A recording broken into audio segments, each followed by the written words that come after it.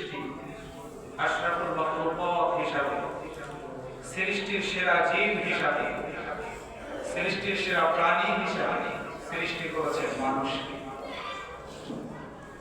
এই মানব জাতিকে তিনি অত্যন্ত মহাব্বত করে তিনি সৃষ্টি করেছেন। এমনকি তার নিজ কুদরতি হাত দ্বারা এই মানুষগুলোকে তিনি বানিয়েছেন। কোরআনের ভাষায় আল্লাহ পাক বলেছেন যে আমি আমার কুদরতি হাত দ্বারা আমি মানুষকে সৃষ্টি করেছি। অন্য কোন সৃষ্টিকে আল্লাহ পাক নিজ হাতে বানিয়েছেন এমন কথা কোরআনেও নাই, হাদিসেও নাই। তাহলে মানুষকে আল্লাহ পাক গোটা সৃষ্টির ভিতরে কতখানি মর্যাদা দিলেন যে নিজ হাতে বানালেন। শুধু নিজ হাতে বানান নাই, এই মানুষগুলাকে আল্লাহ পাক সৃষ্টির মধ্যে সবচাইতে সুন্দর আকর্ষণীয় করে আল্লাহ পাক সৃষ্টি করেছেন। সূরা ৩ এর ভিতরে আল্লাহ পাক বলেছেন লাকাদ খালাকনাল ইনসানা ফি আহসানি তাকওয়িম, অবশ্যই আমি মানুষকে সবচাইতে সুন্দর করে, সবচাইতে আকর্ষণীয় করে, সবচাইতে সুন্দর গঠন প্রণালী দিয়ে, সবচাইতে সুন্দর অবয়ব দিয়ে আমি মানুষকে সৃষ্টি করেছি। সুবহানাল্লাহ, কত সুন্দর করে বানালেন গোটা সৃষ্টি জগৎকে আল্লাহ পাক আমাদের মুখাপেক্ষী করে রেখেছেন, আমাদের জন্য বানালেন। সেটা আল্লাহ পাক বলেন ওয়াল্লাযী খালাকা লাকুম মা ফিল আরদি জামিআ। আল্লাহ পাক বলেন গোটা সৃষ্টি জগৎ যা কিছু বানিয়েছি সব এই মানুষ তোমাদের উদ্দেশ্য করে বানিয়েছে। এই মানুষকে আল্লাহ পাক এত সুন্দর করে বানিয়েছেন, তার মন যেইভাবে চাইছে সেইভাবে বানিয়েছেন। সুবহানাল্লাহ। সূরা ফাতিহার ভিতরে আল্লাহ পাক বলেন ফি আইয়ি সূরাতিন মা শাআ রাকাবাক। আল্লাহ বলেন হে মানুষ, আমার মন যেইভাবে তোকে সাজাতে চেয়েছে আমি সেইভাবে সাজিয়ে গুছিয়ে সুন্দর অবয়ব দিয়ে, সুন্দর আকৃতি দিয়ে তোকে আমি সৃষ্টি করেছি। এই সেই মানুষ, এই মানুষকে আল্লাহ পাক গোটা সৃষ্টি জগতের উপর মর্যাদা দিলেন। ওয়ালাকাদ কারামনা বানি আদম। আল্লাহ পাক সূরা বানি ইসরাঈলের মধ্যে বলেন যে আমি মানুষকে গোটা সৃষ্টি জগতের উপরে সবচাইতে সুন্দর, সবচাইতে আকর্ষণীয়, সবচাইতে মর্যাদাবান করে আমি তাকে বানিয়েছি। সুবহানাল্লাহ। সেই মানুষ, এই মানুষকে আল্লাহ পাক বানালেন উদ্দেশ্যবিহীন ভাবে, খামখা খেলার ছলে না। আল্লাহ পাক খেলার ছলে কিছুই বানান নাই, বেহুদা উদ্দেশ্যবিহীন ভাবে সৃষ্টি জগতের কিছুই বানান। আল্লাহ নিজে বলছেন মা হাযা খালাকতা বাতিলান, আমি গোটা সৃষ্টি জগতের কোন সৃষ্টিকে বেহুদা খামখা উদ্দেশ্যবিহীন ভাবে, কোন লক্ষ্য নাই, কোন উদ্দেশ্য নাই, এই কারণে আমি বানাই। পুরো সৃষ্টি জগৎ বানানোর পেছনে আল্লাহ পাকের উদ্দেশ্য আছে, লক্ষ্য আছে। সেই কথা আল্লাহ পাক বললেন গোটা সৃষ্টি জগৎকে মানুষকে বিন করে আল্লাহ পাক বললেন হে মানুষ তোর জন্য আমি বানিয়েছি।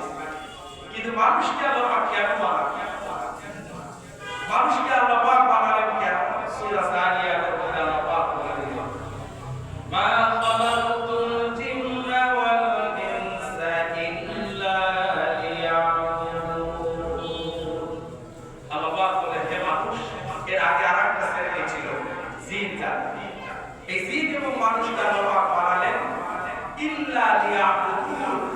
ইল্লা শব্দ ব্যবহার হয় একমাত্র কেবলমাত্র শুধুমাত্র বোঝানোর জন্য, এর বিকল্প আর কিছু নাই। যেমন আমরা কালেমা গ্রহণ করে মুসলমান হয়েছি, এটাই ইমানদার হওয়ার জন্য যে কালেমাটা পড়তে হয়, এই কালেমাটা কি ছিল? লা ইলাহা ইল্লাল্লাহ। লা ইলাহা, কোনো ইলাহা নাই, কোনো মাবুদ নাই। লা মানে নাই, ইলাহ মানে ইলাহ, মাবুদ সত্তা, স্রষ্টা কিচ্ছু নাই। ইল্লাহ কেবলমাত্র শুধুমাত্র আল্লাহ, ইল্লাল্লাহ আল্লাহ ব্যতীত কোনো মাবুদ। ঠিক অনুরূপভাবে আল্লাহ পাক এখানে বললেন যে আমি জিন এবং ইনসানকে সৃষ্টি করেছি ইল্লা লিয়াবুদুন, কেবলমাত্র শুধুমাত্র একমাত্র আমার দাসত্ব করে চলতে হবে, আমার গোলামি করবে, আমার হুকুম মেনে পৃথিবীতে চলবে। এই কারণে আমি মানুষকে বানিয়েছি। সুবহানাল্লাহ। আল্লাহ উদ্দেশ্য জানায় দিলেন, মানুষকে তার মর্যাদা জানায় দিলেন, তার শ্রেষ্ঠত্ব জানিয়ে দিলেন, জানায় দিয়ে বললেন, হে মানুষ, তোকে আমি গরু ছাগল করে বানাইনি, তোরে অবুঝ প্রাণী করে, তোরে অজ্ঞ প্রাণী করে, মূর্খ প্রাণী করে তোকে আমি বানাইনি। তোকে আমি বানিয়েছি আকল সম্পন্ন জীব। তোর মাথায় আমি হেদায়েত দেয়া, সত্য এবং মিথ্যার মধ্যে পার্থক্য করার মতো বুঝ দিয়ে, জ্ঞান দিয়ে তোকে আমি বানিয়েছি। আমরা সেই জীব, সেই মানুষ। আল্লাহ পাক বানালেন, তার ইবাদত করার জন্য বানালেন। এই ইবাদতের স্বীকৃতি কিন্তু আমরা দুনিয়ায় আসার আগে দিয়ে এসেছি। আসে নাই? আল্লাহ পাক আদম আলাইহিস সালাম থেকে নিয়ে আজ পর্যন্ত এবং সামনে কিয়ামত পর্যন্ত পৃথিবীতে যত মানুষ আসবে, সমস্ত মানুষের রূহগুলা একসাথে তৈরি করেছে, পাঠাচ্ছেন পর্যায়ক্রমে, সিরিয়াল মেনটেন করে পাঠাচ্ছে। আসার সিরিয়াল আছে, যাওয়ার সিরিয়াল নেই, এজন্য সিরিয়াল মেনটেন করে পাঠাচ্ছে। আল্লাহ যখন যাকে পৌঁছাচ্ছে তাকে পাঠাচ্ছে, কিন্তু গোটা মানুষের রূহগুলাকে একসাথে বানিয়ে সেই রূহগুলার সামনে আল্লাহ প্রশ্ন করে দিয়েছেন, আলাস্তু বিরাব্বিকুম। কি সুন্দর প্রশ্ন আল্লাহ। আল্লাহ কিন্তু বলেন নেই আলাস্তু আল্লাহ, বলেছেন? আল্লাহ পাকের গুণবাচক 99টি নাম আছে। এই 99টি গুণবাচক নামের একটা নাম আল্লাহ পাক এখানে ব্যবহার করে প্রশ্ন শুনে দেন। এমন একটি নাম তিনি ব্যবহার করে শুনে দিলেন, সেটা হচ্ছে রব। কি বলেন? রবের মিনিং হচ্ছে এটা, যে আল্লাহ পাকের যত সত্তাগুলো গুণাবলী আছে, এই সমস্ত গুণাবলীকে এক জায়গায় করলে যে সত্তা হয়, সেই সত্তার নাম হচ্ছে রব। সুবহানাল্লাহ। এজন্য আল্লাহ পাক বলেন, আল্লাহ পাকের একটি গুণ হচ্ছে তিনি খালেক, তিনি স্রষ্টা। তার একটি গুণ হচ্ছে তিনি রাজ্জাক, তিনি রিজিক দাতা। সেই আল্লাহ পাক এই রবের ভিতরে সব কিছু ঢুকায় দিয়ে বললেন, আমি যে তোর রব নই।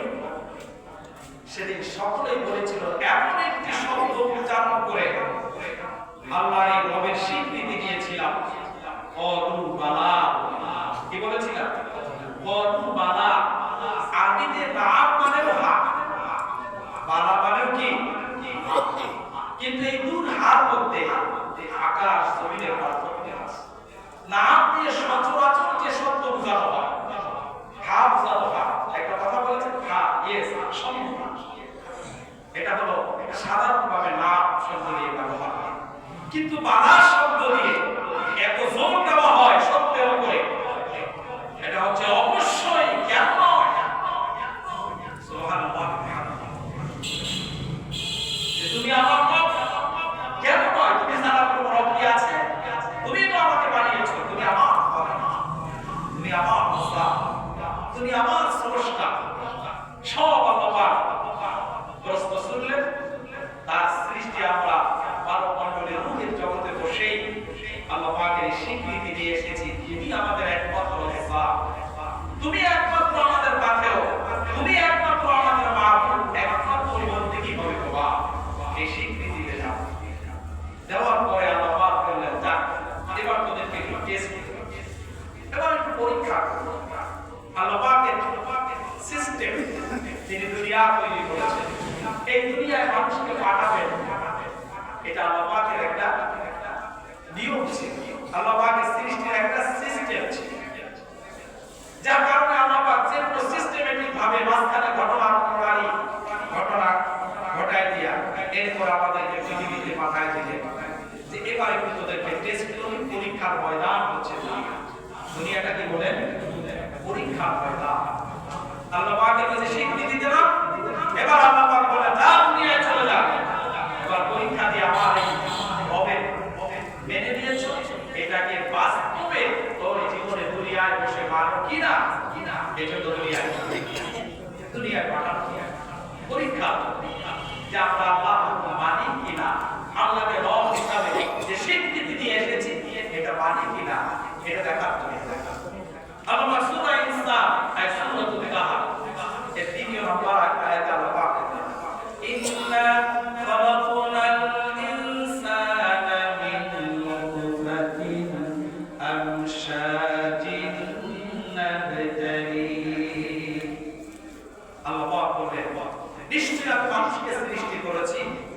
তার পিতা মাতা মিশ্র পানি দাও। কেন বানানা? নাবতালি, এটা পরীক্ষা করে। সুবহানাল্লাহ। সৃষ্টি করে মায়ের পেট থেকে কেন পৃথিবীতে ছাড়া হলো? আল্লাহ জানাত দিলেন। এমনিতে সারি নাই। তুই যে আমাকে আলাস্তুকা রাব্বি কুম বলেছিলি, এটা পরীক্ষা করার জন্য তোকে পৃথিবীতে আমি পাঠিয়েছি। সূরা মুলকের দ্বিতীয় আয়াতে আল্লাহ পাক বলছেন, আল্লাযী খালাকাল মাউতা ওয়াল হায়াতা লিয়াবলুয়াকুম আইয়ুকুম আহসানু আমালা। আল্লাহু আকবার। কিভাবে আল্লাহ পাক জানেন? আমি মানুষকে সৃষ্টি করেছি তার মৃত্যু এবং জীবন। সচরাচর ভাবে আমরা আগে আসলাম না গেলাম বলে আগে আসা না আইসা না যাই আগে দুনিয়ায় আসলাম, জীবন পেলাম, তারপরে না মরব। মরাটা তো পরের ব্যাপার। কিন্তু আল্লাহ পাক এই আয়াতের মধ্যে দেখেন মরার কথাটা আগে বলেছেন যে আমি আগে মৃত্যু সৃষ্টি করেছি। এই মৃত্যু সৃষ্টির কথা আগে কেন আনলেন আল্লাহ পাক? এর উদ্দেশ্য আছে না? একটা বুঝাতে চান কিছু আল্লাহ, সেই বুঝাতে চান আল্লাহ পাক, ও মানুষ পৃথিবীতে তোকে পাঠাইছি তুই লাগাম ছাড়া খেয়াল খুশিমত জন্য না চলো। আমি যে পরীক্ষার জন্য বানালাম, এই পরীক্ষার কথা যেন ভুলে না যাও। এজন্য লাগাম ছাড়া ভাবে যেমন খুশি তেমন ভাবে চলার জন্য পৃথিবীতে তোকে পাঠাই দেয়। মনে রাখিস আমার কাছে ব্যাক করতে হবে, আমার কাছে ফিরে আসতে হবে। এজন্য আল্লাহ পাক কোরআনের বিভিন্ন জায়গায় বলেছেন, কমপক্ষে 3 জায়গায় বলেছেন, কুল্লু নাফসিন যায়িকাতুল মাউত সুম্মা ইলাইনা তুরজাউন। সকল প্রাণীকে মৃত্যুর স্বাদ গ্রহণ করতে হবে, আর অতঃপর মৃত্যুর পরে ফিরে যাবে কার কাছে? আল্লাহর কাছে। মানুষ মৃত্যুর পরে আমরা দুঃখ পেয়ে, বেদনা পেয়ে, শোকাহত হয়ে যে বাক্যটা উচ্চারণ করি সেটাও তো কোরআনের আয়াত, সূরা বাকারার আয়াত, ইন্না লিল্লাহি ওয়া ইন্না ইলাইহি রাজিউন। নিশ্চয়ই আমরা আল্লাহ, আল্লাহ আমাদের সব কিছু আল্লাহ, আর আমাদেরকে ব্যাক করতে হবে কার কাছে? জবাব দেন কার কাছে? আল্লাহ। আল্লাহর কথা বলতে কষ্ট হয় না। আল্লাহর কথা একবার মুখে নেবেন, গুনাহ হবে না সওয়াব হবে? তাহলে এত আস্তে আল্লাহর কথা যখন প্রশ্ন করবে তখন আল্লাহর কথা, আল্লাহর প্রশংসা, এগুলি জবাব ছেড়ে দিয়ে বলতে হবে। এজন্য আমরা আল্লাহ ফিরে যেতে হবে কার কাছে? আল্লাহর কাছে। তাহলে ফিরে যেতে হবে আল্লাহর কাছে। এই কথাটাকে আল্লাহ স্মরণ করাচ্ছেন জীবন চলার ক্ষেত্রে, এই দুনিয়ায় এসে পরীক্ষা দেওয়ার ক্ষেত্রে তুই যেন পরীক্ষার কথা ভুলে না যাও। এই কারণে আল্লাহ পাক আগে মৃত্যুর কথা স্মরণ করে দিয়েছেন এই আয়াত। বিশ্ব নবী তার হাদিসের মধ্যে বলেছেন, আকসিরু যিকরাল লিল মাউত। অন্য হাদিসে বলেছেন, আকসিরু যিকরা হাযিবিল লাযাতিল মাউত। কি কথা বলি বিশ্ব নবী বলেছেন। তার উম্মতদেরকে তিনি বলছেন, ও উম্মতেরা, ও মুসলমানেরা, ও ইমানদারেরা, যারা আমি নবীকে নবী হিসাবে মেনে নিয়েছে, আমার এই সকল সাথীরা, উম্মতেরা, খবরদার তোমরা মৃত্যুকে বেশি বেশি স্মরণ করেছো। এত বেশি মৃত্যুকে স্মরণ করবে যে তুমি মনে করবে হতে পারে এই মুহূর্তে আমার মৃত্যু হয়ে যাবে।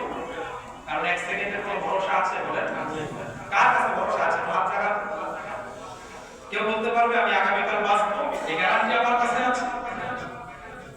এই কথা যদি আপনি বলতে না পারেন, কিসের বাহাদুরি, কিসের খামখেয়ালি আপনার, কিসের যেমন খুশি তেমন চলা আপনার? আপনার মন যা চায় আপনি তাই করবেন না, মন যা চায় তাই করা যাবে। কারণ বাবা আপনাকে একটা উদ্দেশ্য নিয়ে বানিয়েছেন, আপনি সেটা স্বীকৃতি দিয়ে এসেছেন। একমাত্র তার গোলামি করেই আপনি পৃথিবীতে চলবেন। এই পরীক্ষার জন্য আপনাকে পাঠানো। এটা ভুলে না যান, মৃত্যুর কথা আগে বলে দিল। আমি তো মৃত্যু বানিয়েছি, এরপরে তো জীবন বানিয়েছি। কেন বানালাম? এখানে আল্লাহ পাক বলেন, লিয়াবলুয়াকুম। আদম আলাইহিস সালাম থেকে কিয়ামত পর্যন্ত সমস্ত মানুষকে বের করে আল্লাহ পাক বলে দিলেন যে তোমাদেরকে আমি বানিয়েছি পরীক্ষা করার জন্য। সুবহানাল্লাহ, সুবহানাল্লাহ। সেই পরীক্ষা কি? আইয়ুকুম আহসানু আমালা। ওই যে আল্লাহ পাক বললেন, আমি দেখতে চাই আমাকে রব মেনে পৃথিবীতে চলো কিনা, আমাকে একমাত্র ইলাহ মেনে পৃথিবীতে চলো কিনা। যেই ঘোষণা নিয়ে আমার প্রতি ঈমান এনেছি, লা ইলাহা ইল্লাল্লাহ, যেই ঘোষণা নিয়ে ঈমান এনেছি, আমার কোনো মাবুদ নাই, আমার কোনো তন্ত্র মন্ত্রের মালিক নাই, আমার কোনো আদর্শ নাই, আমার কোনো গন্তব্য নাই, একমাত্র কাল এছাড়া। এই স্বীকৃতি দিয়েই তো ঈমান এনেছে। এই স্বীকৃতি অনুযায়ী আপনি চলেন কিনা এটা দেখার জন্যই আল্লাহ পাক আমাদেরকে পৃথিবী নামক এই পরীক্ষার ময়দানে ছেড়ে দিয়েছে। সুতরাং সেই পরীক্ষার ময়দানে আল্লাহ পাক চান একমাত্র তার গোলামি করার জন্য। কাদেরকে? বিশেষভাবে ওটা মানবজাতিকে কথা বললেন, কিন্তু এই বড় মানবজাতি পৃথিবীতে আসার পরে আল্লাহ যেহেতু পরীক্ষা করবেন, এই পরীক্ষা করার জন্য ভালো এবং মন্দ দুটার মিশ্রণ দরকার আছে কিনা বলেন? যদি ফেল এবং পাস এই দুটো বিষয় যদি না থাকতো তাহলে তো পরীক্ষার কোনো বিষয় ছিল। পরীক্ষার কথা যখনই আসে তখনই বুঝতে হবে হয় পাস আছে নইলে ফেল আছে, ভালো আছে মন্দ আছে। এজন্য আল্লাহ পাক প্রতিষ্ঠা পরীক্ষা করবেন বলে আল্লাহ পাক একদিকে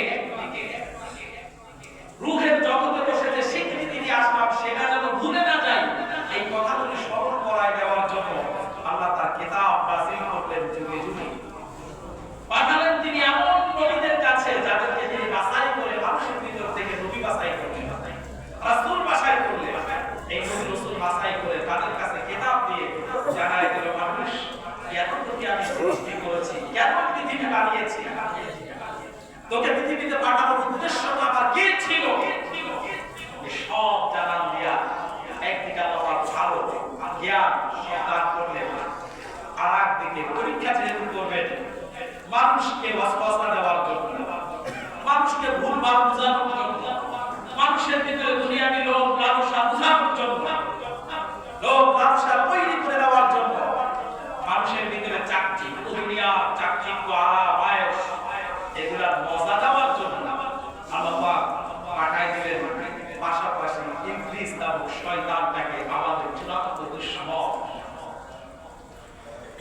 এই চূড়ান্ত নামক দুশমন ইবলিস কিভাবে আপনাকে ধোঁকা দিবে এই কথাটিও কিন্তু আল্লাহ পাক তার কোরআন এবং হাদিসের পাতায় পাতায় বলে দিয়েছেন। তাই নাই? এক ভিতরে কি বলা যাবে? আমি সামারি করে বলছি। শয়তানের পরিচয় দিয়েছে, শয়তানের কাজ কি, কিভাবে শয়তান ধোঁকা দিবে। এই শয়তান আপনাকে ধোঁকা দিয়ে জাহান্নামে নেওয়ার পরে এরপরে আমার শয়তান এই নিমুখ খারাপ আপনাকে যে অস্বীকার করবে না সব বলে দিয়েছে। শুধু দুনিয়ার কথা না, আখিরাতে শয়তানের সঙ্গী হলে কি হবে, আবার এই দুনিয়ায় নবী রাসূলদের সাথী হলে, কোরআন এবং সুন্নাহর পথ চললে কিয়ামতের ময়দানে কাদের সাথী হবেন, সেই সাথীর সাথে আল্লাহ কেমন আচরণ করবেন সব খুলে খুলে বর্ণনা করেছে। এজন্য কোরআন কারীমের মধ্যে আল্লাহ পাক বললেন, ওয়ানাজ্জালনা আলাইকাল কিতাবা তিবয়ানান লিকুল্লি শাইইন ওয়া হুদান ওয়া রাহমাতান ওয়া বুশরা লিল মুসলিমিন। আল্লাহ বলেন, আমি যে কিতাব নাযিল করলাম এই কিতাবের ভিতরে মানুষের জন্য যা দরকার, মানুষের জানার জন্য, বোঝার জন্য, পথ চলার জন্য, জীবন যাপন করার জন্য, অর্থনীতি, সমাজনীতি, রাজনীতি, ব্যক্তিনীতি, পারিবারিক নীতি, আত্মীয় নীতি, প্রতিবেশী নীতি, সব আমি ঢুকাই দিয়েছি। এটাই মানুষের জন্য হুদা, এটাই মানুষকে পথ দেখাবে, চূড়ান্ত সত্য পথে পরিচালিত করবে, কমপ্লিট করে দেবে, আংশিক নয়। আল্লাহ পাক বলেন, আলিয়াউমা আকমালতু লাকুম দীনাকুম, আমি যে দিনটা তোমাদেরকে দিলাম এটা তো কমপ্লিট করে দিলাম, আংশিক দিছি। বলেন ইসলাম ধর্মের ভিতর কি নাই? আপনার মুখটা কিভাবে কাটবেন আছে কি না? আপনি জামাটা কিভাবে গায়ে দিবেন আছে কি না? আপনি বাথরুমে যাবেন, পায়খানা করবেন, টয়লেট করবেন, সেই বিষয়টাও আছে কি না? আপনি ঘুমাবেন, ঘুমাইতে যাবেন, ঘুমাবো, সেটাও আছে কি না? সব আপনার ব্যবসা নীতি আছে, আপনি কি দিয়ে চলবেন, কিভাবে আপনি প্রতিষ্ঠা করবেন আল্লাহর এই আদর্শ, সেই রাজনীতি আছে কিনা সব। তাহলে আপনি কেমন বলেন যে নাই ইসলাম আংশিকে কথা বলার সুযোগ আছে, ইসলাম দিয়ে আপনার রাজনীতি চলবে না সুযোগ আছে, ইসলাম দিয়ে আপনার অর্থনীতি চলবে না, আপনার ব্যবসা আপনি মন করা ভাবে চলবে না। আপনি বাজার থেকে কেনেন আর বেচেন মন করা ভাবে নিজের ফর্মুলায়। এর কোন সিস্টেম আছে না? ইসলামে একটা নিয়ম নীতি আছে, বলেন ব্যবসায়িক নিয়ম নীতি, হাদিসের পাতা করেন সব নিয়ম নীতি আছে। ওই নিয়ম মেনে চললে একজন ব্যবসায়ী নবী রাসূলদের সাথে শহীদদের সাথে জান্নাতে হবে, এই কথা বলা হয়েছে। আত-তাজিরু সালাতুল আমিন মা'আন নাবিয়্যিন ওয়াস-সিদ্দীকিন ওয়াশ-শুহাদা। ব্যবসায়ীদের ব্যাপারে আল্লাহ রাসূল বলেন যে ব্যবসায়ী ইসলাম অনুযায়ী সততার সাথে মানুষের হক আদায় করে আমানতের সাথে সত্যের সাথে ভেজাল দেয় না, মিথ্যা বলে না, ভাবে কম দেয় না, খাদ্য ভেজাল দেয় না,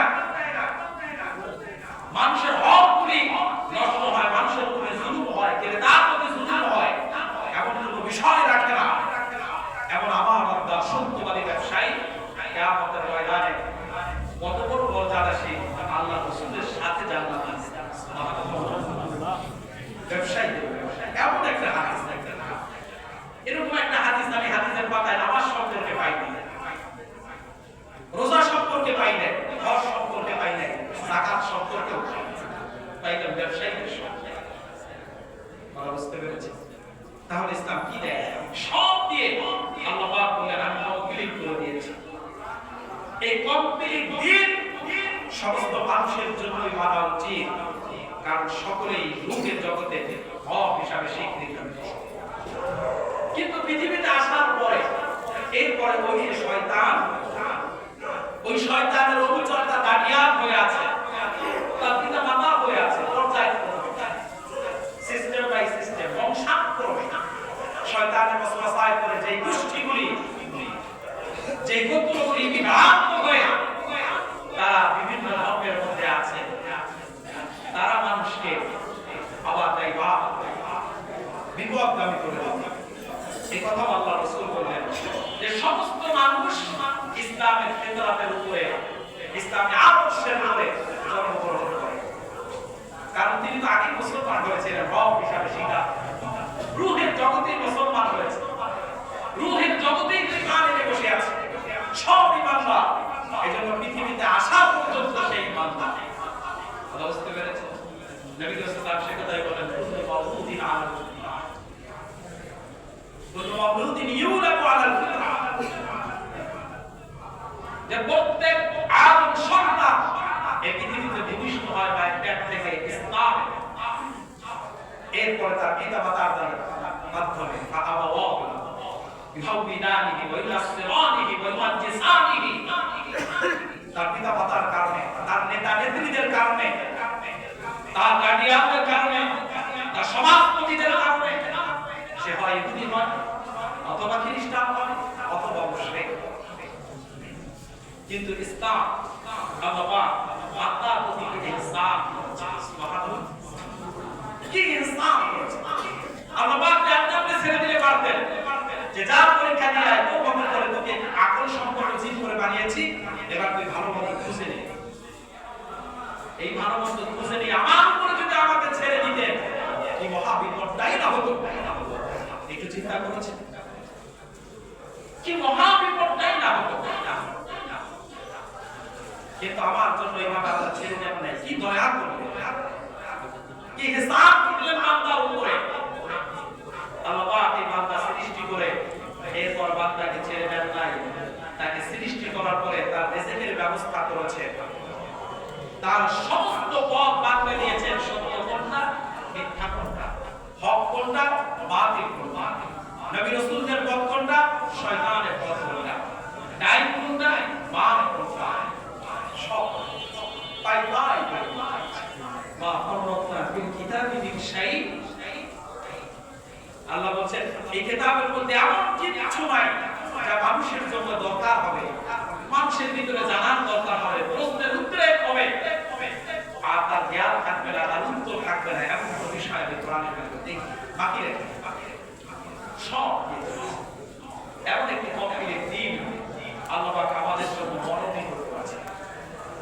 একটি ধর্ম, এমন একটি রাজনীতি, সমাজনীতি, অর্থনীতি, জীবননীতি। দিন মানে জীবন ব্যবস্থা। দিন মানে কি? জীবন ব্যবস্থা, গোটা জীবনের নীতি আল্লাহ পাক কমপ্লিট করে আমার জন্য চয়েস করে সন্তুষ্ট চিত্তে ইসলাম দীনা। শুধু চয়েস করেন নাই, আল্লাহ নিজে সন্তুষ্ট চিত্তে আমাদের জন্য এই দিনকে পছন্দ করে বলে দিলেন, হে বান্দা, আমার মনোনীত, আমার পছন্দনীয় আমার জীবন ব্যবস্থা তোকে দিলাম, এটা মেনে পরীক্ষা দিয়ে যদি একটু পরীক্ষায় পাস করো, দুনিয়ায় তো সব দিয়েছি, কি বাকি রেখেছি? ওই বিশাল আকাশকে সাফ করে বানিয়ে দিলাম, এই জমিনকে বিছানা করে আমি আল্লাহ বানিয়েছি। এই জমিনটা যদি হারানো না করে, সব সময় ভূকম্প না করে, তুমি যেন বাড়ি গাড়ি করে সুন্দরভাবে চলতে পারো, এই জমিনটাকে স্থির রাখার জন্য আমি পাহাড় ঘিরে দিয়েছি, পাহাড়কে ব্রেকের মতো ঘিরে দিয়েছি। কোরআন পড়েন, কোরআনের পাতায় পাতায় না কি সুন্দর করে মানুষকে বুঝ দিচ্ছে। হ্যাঁ, মানুষ তোর জন্যই তো বানালাম, আকাশ জমিনের মধ্যে যা কিছু আছে সব তো। আলাম তারা আল্লাহ সাখখারা লাকুম মা ফিস সামাওয়াতি ওয়াল আরদি জামিআন মিনহু।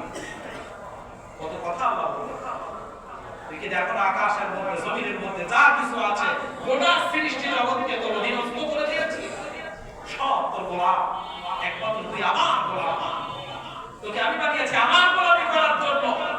কিন্তু আর সব তোর গোলাম, ফসলের সমস্ত ফসলগুলি, ক্ষেতের সমস্ত ফসলগুলি তোর গোলাম, এজন্যই তুই খাইতে পারো। যদি গোলাম না বানালাম, যদি গোলাম না বানিয়ে দিতাম, তোর সাধ্য ছিল না ধান ক্ষেত থেকে ধান উৎপাদন করে এরপরে ধানকে তুই ভোগ করবি ভাত হিসাবে, এই সাধ্য তো তোর ছিল। গাছপালাগুলির থেকে ফল উৎপাদন করবি, এই সাধ্য তো তোর ছিল না। সমুদ্রের ভিতরে মৎস্যরাজিগুলি তোর অধীনস্থ হয়ে যাবে, তুই জাল মারবি, বড়শি মারবি, হাত দিয়ে ধরবি, এই ক্ষমতা তো তোর ছিল না, আমি অধীনস্থ করেছি বলেই। সব বিশাল আকাশের সূর্যটা আমাদের অধীনস্থ, দিনের জন্য আমার আলো দরকার, সূর্য আলো দিচ্ছে, রাতের বেলা আমার দিন ইসলামের জন্য অন্ধকার দরকার, সূর্যটা ঢেকে যাচ্ছে। কি বাকি রেখেছে? কি সুন্দর নিয়ম করে আল্লাহ পাক তার গোটা সৃষ্টি জগৎকে আমাদের অধীনস্থ করে দিয়া বললেন, সব যা দরকার তোকে দিয়েছি, তোর কোনো কিছু বাকি রাখি।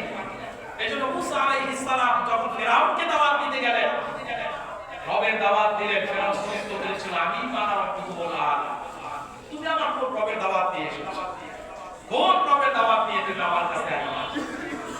এবার ফিরআউনের এই প্রশ্নের জবাবে হযরত মুসা আলাইহিস সালাম একটা আয়াত তেলাওয়াত করেছিলেন। কোরআনে আল্লাহ পাক সেই আয়াত পড়েছেন সূরা তাহার মধ্যে 26 নম্বর পারায় আল্লাহ পাক এই আয়াতখানা কোট করে মুসা সেদিন ফিরআউনের এই প্রশ্নের জবাবে আর রবের পরিচয় কিভাবে দিয়েছিলেন আল্লাহ কোট করেছেন। রব্বুনাল্লাযী আ'তা কুল্লা শাইইন খালকাহু সুম্মা হাদা। আল্লাহু কি সুন্দর জবাব, পয়গম্বরী জবাব, পয়গম্বরী নবুয়তের জবাব। এই একটা ছোট্ট বাক্যের মধ্যে রয়েছে সমস্ত জ্ঞানের আধার, রবের পরিচয়। তিনি বললেন, রব হচ্ছেন তিনি। তুই কিসের রব রে বেটা? তুই রবের বানানো গোলাম। রব দাবি করো, নিজে নিজে দাবি করা যায়, বলতে বুঝবি, বললে বুঝে নাই কেন? আল্লাহ ফেরাউনের বুঝায় রাখে নাই, বুঝায় রাখছে। ফেরাউনের দিয়ে কিয়ামত পর্যন্ত সমস্ত মানুষকে বুঝাচ্ছে।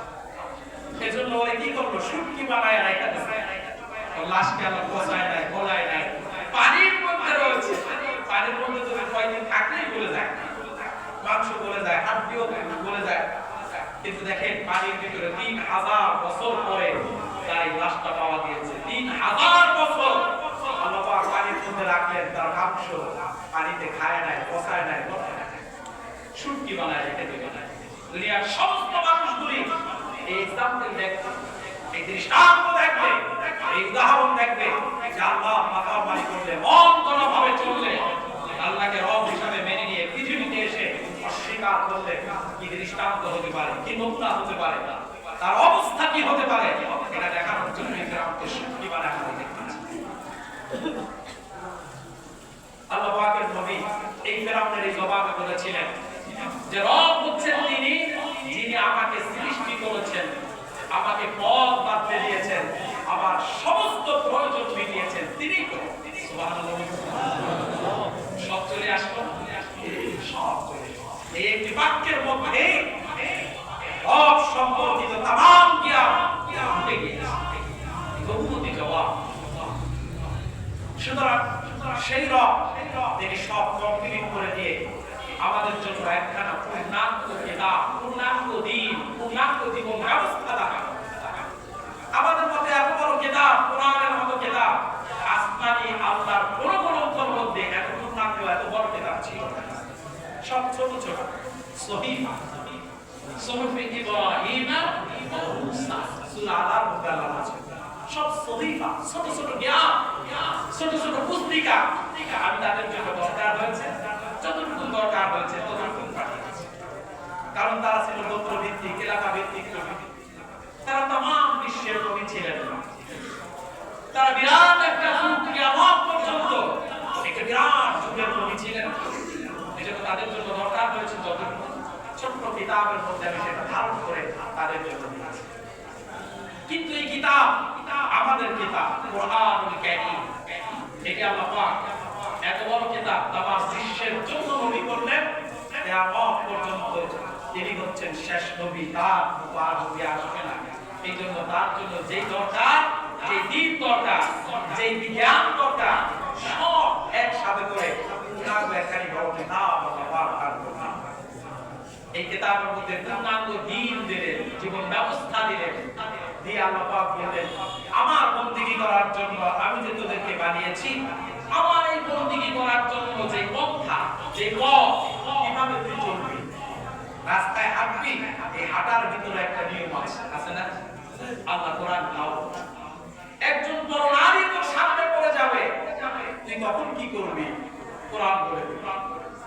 কোরআন বলে দিচ্ছে ইয়া আইয়ুহাল্লাযীনা আমানু, ইয়া আইয়ুহাল্লাযীনা আমানু, বসে সূরা বলে দেয়। আরে যাই হোক, একটা মনে আসছে ইয়া বুদু মিন আবসারিহিম, শেষ অংশ। ঈমানদারদেরকে আল্লাহ পাক বলছেন যে ঈমানদার যারা পথের ভিতরে চলার সময় যদি কোনো পরনারী তার সামনে এসে যায়, তাহলে তার চলাফেরা কি করতে হবে, তাকে নিজেকে কিভাবে হেফাজত করতে হবে, এই পদ্ধতিটা ইসলামে আছে না নাই? আছে। আপনি রাস্তায় পথ চলবেন, ডাইনে দিয়ে চলবেন না বামে দিয়ে চলবেন, এটা ইসলামে আছে না নাই? আছে। ইসলামে পথ চলতে হবে ডাইন দিক থেকে। কোন দিক থেকে বলেন? কিন্তু আমাদের দেশের সিস্টেম কি? আমরা চলি কোন দিক থেকে? সিস্টেমেটিক ভাবে আপনাকে বাম বানায় ফেলেছে, অথচ বাম দিকে চলে শয়তান। কিন্তু আমাদেরকে কোন দিকে বানাইলো? বাম দিকে বানাইলো। এজন্য চলার সময় অন্তত চেষ্টা করবেন, আপনি যেই হাঁটতেছেন মনে করবেন ওটাই আপনার রাস্তা, ওটাই রাস্তা। আপনার সামনে থেকে যে আসতেছে আপনার পিছনে যাবে, তাকে আপনি বাম দিকে রেখে আপনার ডান দিকে যাবেন, তাহলে ডান দিকে করবেন। কথা বুঝতে পেরেছেন? মাসালা বলে দিলাম, ডান দিক থেকে চলার জন্য ইসলাম বলছে। তাহলে পথের ভিতরে আপনি চলবেন, একটা পরনারী আপনার সামনে পড়ে, সেখানে করণীয় কি? সব বলে দিয়েছে। যেই আল্লাহ পাই পাই করে আপনার ঘুমানো, আপনার মুখ কাটা, আপনার চুল আঁচড়ানো, আপনার মেসওয়াক করা, আপনার টয়লেট করা, আপনার খাওয়া দাওয়া সব বলে দিল।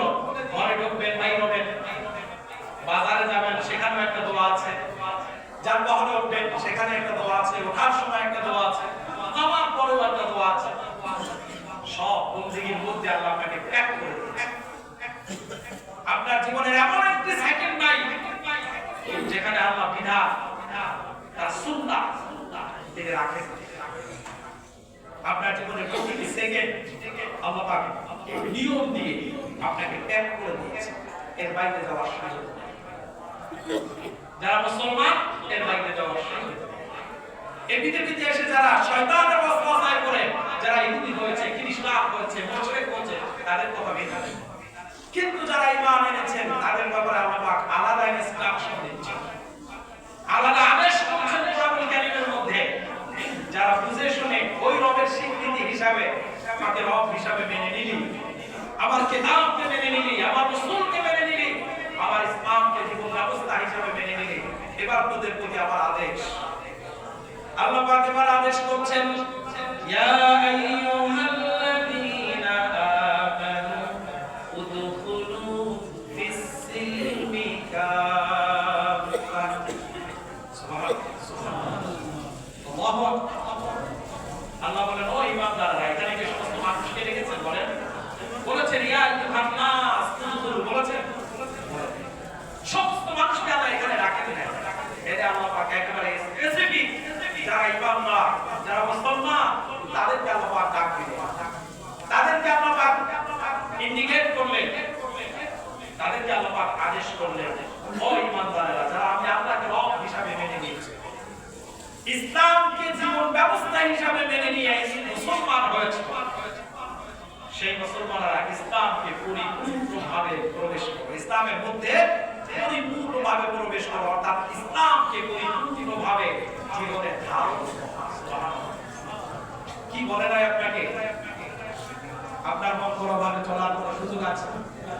আপনি নামাজ পড়বেন যেই রবের হুকুম মতো, আর আপনার ব্যবসা করবেন সেই রবের হুকুম মতো না, নিজের মন মতো, সুযোগ আছে? আপনি নামাজ পড়তে এসেছেন, রমজান সামনে আসতেছে, রমজান মাসে রোজাদার হবেন, ঈমানদার সেজে রোজা রেখে সেই রবের হুকুম মতো, সেই রবের হুকুম মতো আপনি আপনার অর্থনীতি, আপনার সমাজনীতি, আপনার রাজনীতি পরিচালনা করবেন না।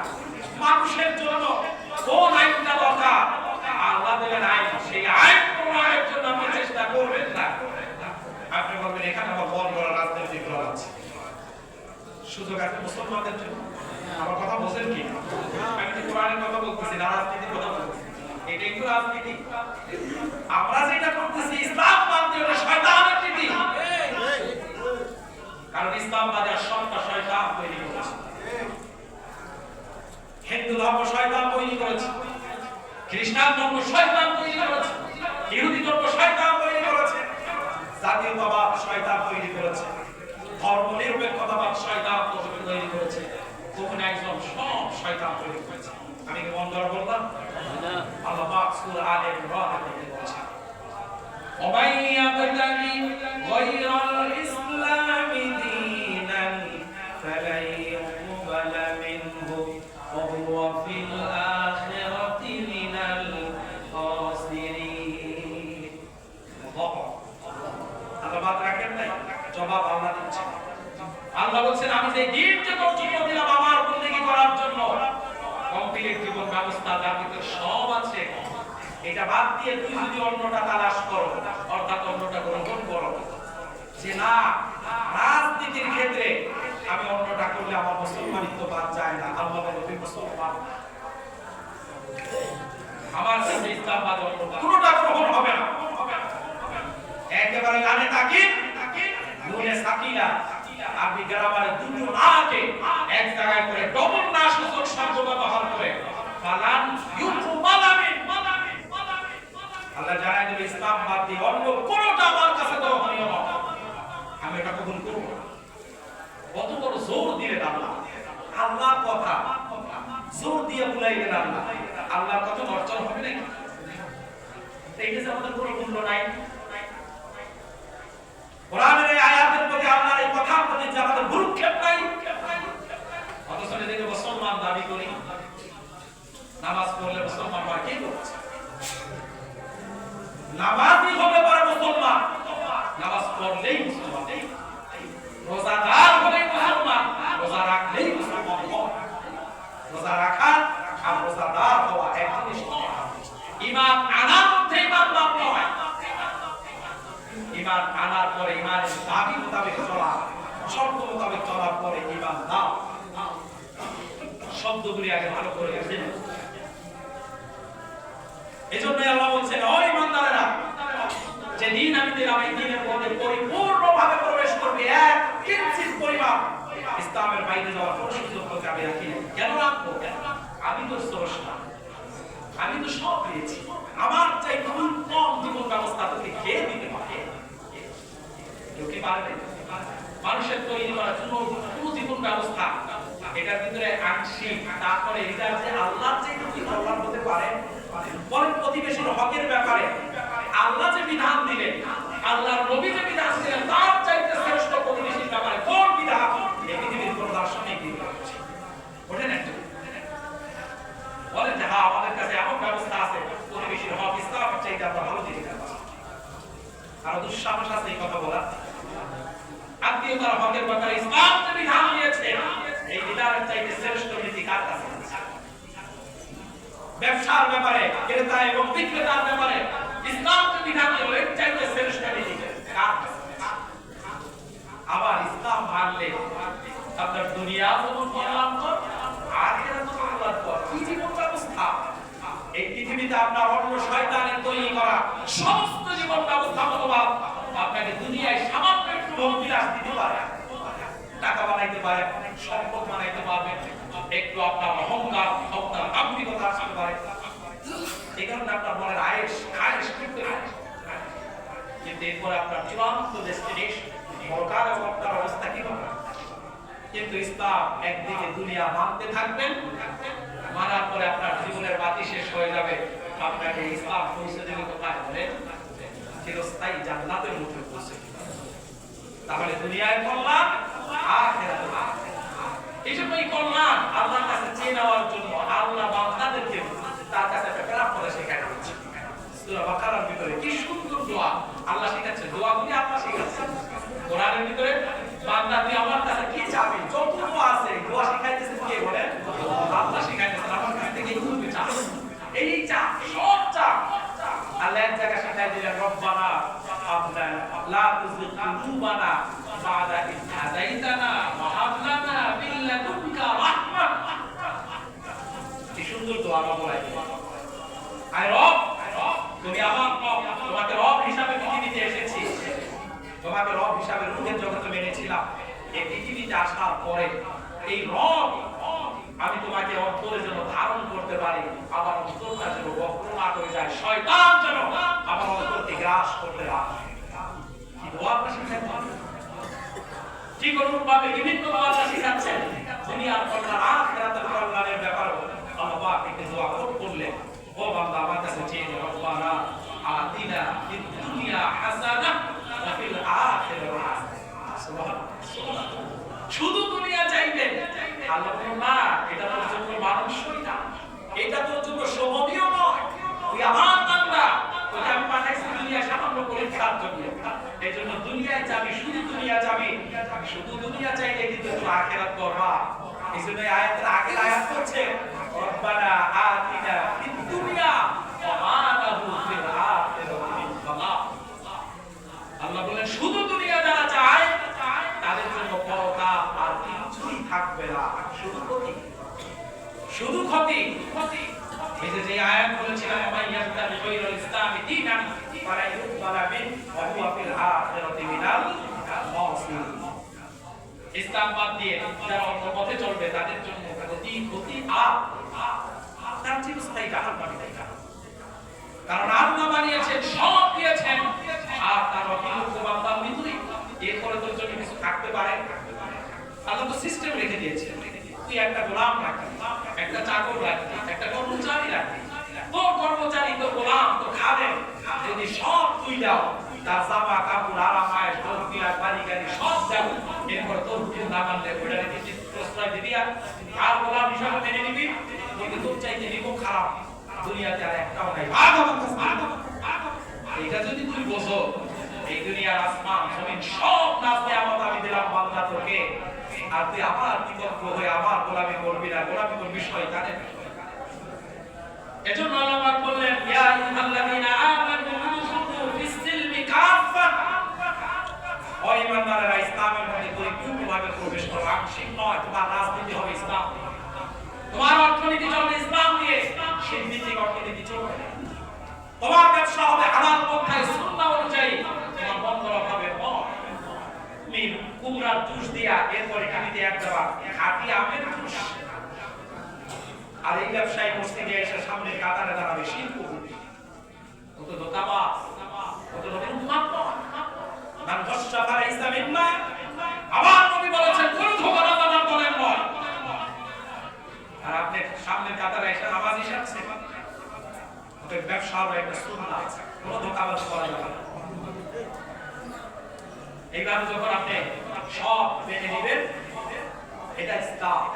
এরপর আল্লাহ দেখেন শেষ করে নাই আয়াতের অর্ধেক।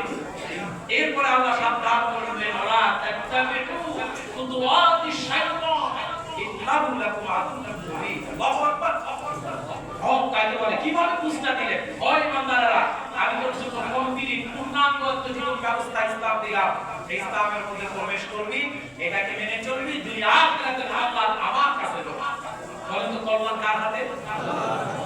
ইয়াদিকাল খায়র। আমরা বলি না কোরআনের আয়াত, ইয়াদিহিল খায়র, সব তার কল্যাণ বলতে জাগতিক কল্যাণ সব আমার আল্লাহ। তিনি চাইলে আমাকে কল্যাণ দিবেন। বলেন রোগ হলে সেবা করে কে? তাহলে সেবা দাতার কি কল্যাণটা কার? ক্ষুধার্ত হলে খাদ্য দান করে কে? আপনাকে সবল করেছেন কে? আপনি কর্মশক্তি করার মতো আপনাকে শক্তি দিয়েছেন কে? আপনাকে পাগল করে, অজ্ঞ করে, মূর্খ করে বানান নাই, জ্ঞান দিয়েছেন। সেই জ্ঞান দিয়ে আপনি ব্যবসা করেন, চাকরি করেন, পড়াশোনা করেন, যোগ্যতা অর্জন করেন। এই জ্ঞানটা দিল কে? সব দিয়েছে। আপনার খাদ্যের ব্যবস্থা জমিনে কে করলেন? আকাশ থেকে পানি বর্ষণ কে করে? আল্লাহ তো বলেছেন কোরআনের পাতায়, আমি আকাশ থেকে পানি বর্ষণ করে জমিনটাকে আবার সতেজ করে দেই, এই জমিন থেকে তোর জন্য তোর খাদ্য উৎপাদন। কিভাবে? সব তো আল্লাহ দেন। আল্লাহ বলতেছেন সব আমি দেই, বড় প্রয়োজন গোলামি আমার কর। এটা দুনিয়ায় কল্যাণ, আখিরাতে কল্যাণ। যারাই দিয়ে আল্লাহ বলেন শয়তানের অনুসরণ করিস না, শয়তানকে ছেড়েছি তোকে যে পরীক্ষা করব, এই পরীক্ষার টেস্ট করার জন্য শয়তান ছাড়ছি। তাহলে শয়তান ছাড়তে হবে না, শয়তান ছাড়তে হবে না। এই শয়তান আল্লাহর কাছে তার ইজ্জতের কসম খাই আসছে, কত বড় দুঃসাহস। আল্লাহ তারপর সহ্য করেছে। আল্লাহকে বলতেছে আমি ইজ্জাতিকা লাকুফিয়ান্নাহুম আজমাইন, তোমার ইজ্জতের কসম সমস্ত মানুষকে আমি জাহান্নামে দেব। ইল্লা, ওখানে একটা পরের আয়াতে ইল্লা শব্দ কেবল মাত্র সামান্য কিছু সংখ্যক তোমার মুখলেস বান্দাদেরকে ছাড়, আর শোনো আমি জাহান্নামে দেব, জাহান্নামে জমা করব। কোরআনের বিভিন্ন জায়গায় শয়তানের ঘটনা ঘটে। তাহলে এত বড় কসম খাওয়ার পরে আল্লাহ তাকে ধ্বংস করতে পারতেন না? উল্টা তারা কিয়ামত পর্যন্ত হায়াত দিলেন। মানুষের রন্ধ্রে রন্ধ্রে, শিরায় শিরায়, রক্তের শিরায় শিরায় প্রবেশ করার জন্য আল্লাহ শক্তি দিলেন, ক্ষমতা দিলেন। মানুষের অন্তরের ভিতরে অন্তর দেখা যায় না, হাড্ডি মাংসগুলি পিস পিস করলে অন্তর দেখা যাবে কি? খুঁজে পাওয়া যাবে না। সেই অন্তরের ভিতরে মসওয়াসা দেওয়ার মতো ক্ষমতা দান করলেন। কারণ আমাদেরকে আল্লাহ পরীক্ষা করবেন, এই জন্য বলেছেন চাইলে বছর ওখানে এই কাজগুলি করবে, আমি তোরে জানাই দিলাম, তুই সাবধান। শয়তান যেন তোকে ধোঁকা দিতে না পারে, শয়তানকে বন্ধুরূপে গ্রহণ করবে না, ও কিন্তু তোর চূড়ান্ত দুশমন। আদুউম মুবিন, প্রকাশ্য দুশমন, অর্থাৎ চূড়ান্ত দুশমন। এই চূড়ান্ত দুশমন আল্লাহ বলে দিলেন, আর আপনি তাকে বন্ধু হিসাবে গ্রহণ করবেন। আপনার ক্ষতি কে ঠেকাবে? এই ক্ষতি থেকে বাঁচার জন্য একমাত্র দুনিয়া এবং আখিরাতে আমরা যদি কল্যাণ চাই, ইসলামের দিকে ফিরে আসতে হবে। ইসলামকে পূর্ণাঙ্গ জীবন ব্যবস্থা হিসাবে মেনে নিতে হবে। মুসলমান শুধু মুখে বলার নাম নয়, শুধু নামাজ দেওয়ার মধ্যেই নয়, নামাজ তো পড়তেই হবে, এটাও আল্লাহর বিধান তাই। রোজা রাখতে হবে, রমজান মাসের আল্লাহর বিধান তাই, ওটা ইসলাম। মানলে ইসলাম হবে, নইলে ইসলাম হবে না। এই জন্যই নামাজ, এই জন্যই রোজা। ঠিক নামাজ যখন পড়তে হবে, আল্লাহ নামাজের বিধান দিয়ে বোঝাচ্ছে আমার প্রত্যেকটি যে আদেশ আছে, ফরজ আদেশ, সেই কাজটিও করবি, মেনে নিবি, তখনই না তুই পছন্দ। একটা মানবি আর 10টা মানবি না, আল্লাহ বলছেন আবার তুমিনুনা বিবাদিল কিতাব ওয়া তাকফুরুনা বিবাদ। আমি তোকে বিধান দিলাম, একটা মানলি, আর 5টা মানলি না, 10টা মানলি না, তাহলে কি হবে তোর অবস্থা? তুই দুনিয়ায় লাঞ্ছনা, অপমান, নিষ্পেষণ, নিগৃহীত, ক্ষুধার্ত, রোগাক্রান্ত সব তোর উপরে এসে পড়বে। আর পরকালের জন্য রহমত ফিল আখিরাতি আযাব। পরকালের জন্য আমি মহা শাস্তি তো লাভ নাই, দুনিয়ায় তো ভোগ হবেই, পরকালের জন্য মহা শাস্তির ব্যবস্থা আমি করে রেখেছি। সুতরাং ইসলামের মধ্যে আমাদের আসতে হবে। আসুন আমরা যেন শুধু ঘোষণা ইসলাম না থেকে ইসলামকে জীবনে পালন করার মাধ্যমে যেন মুসলমান হতে পারি, ঈমানদার হতে পারি। আল্লাহ যেন আমাদেরকে তাওফীক দান করেন। আল্লাহু আ'লাম।